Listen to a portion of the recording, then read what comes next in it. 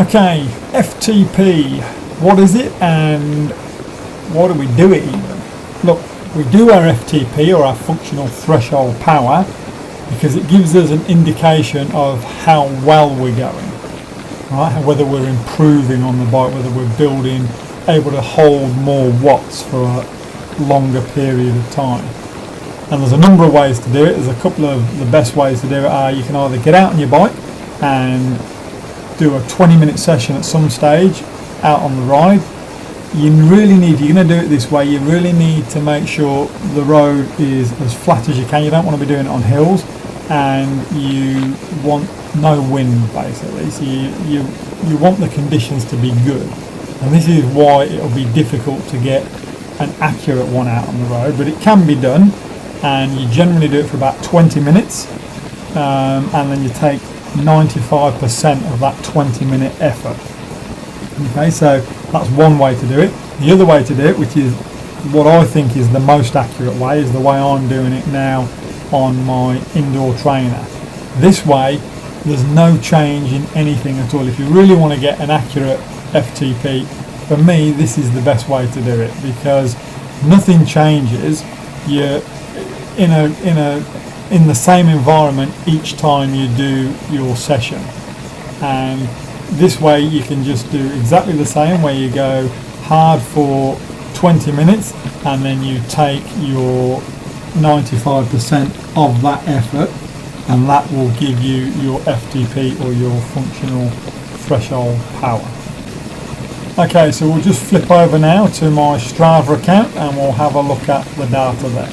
So this is the results off my 510 Edge. So as you can see here, it's 246. So what you would do with this 246, the average weighted watts, is you would take 95%. So that'll take you down to around 234 watts.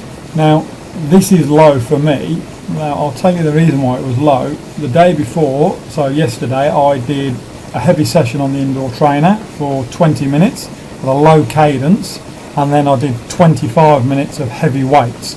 So I wouldn't have been fully recovered, ready to do an FTP.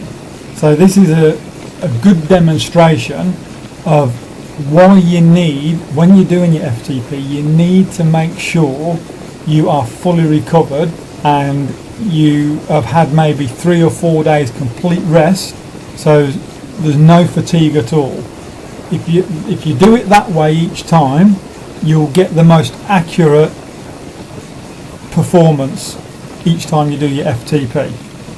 So now I'll just give you a few hints for doing your FTP. When you're on the bike, you really want to keep your pedal action as smooth as possible. The smoother you keep it, you'll get into a good rhythm and you'll be able to hold a higher wattage, which will obviously give you a better outcome for your FTP. Now, as we've said before, you really want to make sure you're well and truly rested before you do this. I would at least be 3 days, maybe even 4 days of complete rest, no leg work at all before that, and that way you'll get the best results. As I said before, I will do this again in about 10 days, but I'll make sure I'm well and truly rested beforehand, and I will let you know the results of it then. And you'll see there'll be quite a difference, I think, in my average watts.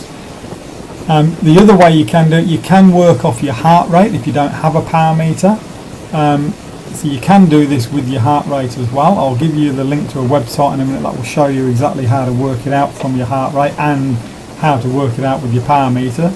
But for me, I think, and with most people, you'll find the power meter is obviously the most accurate way to do it. With your heart rate, it can vary.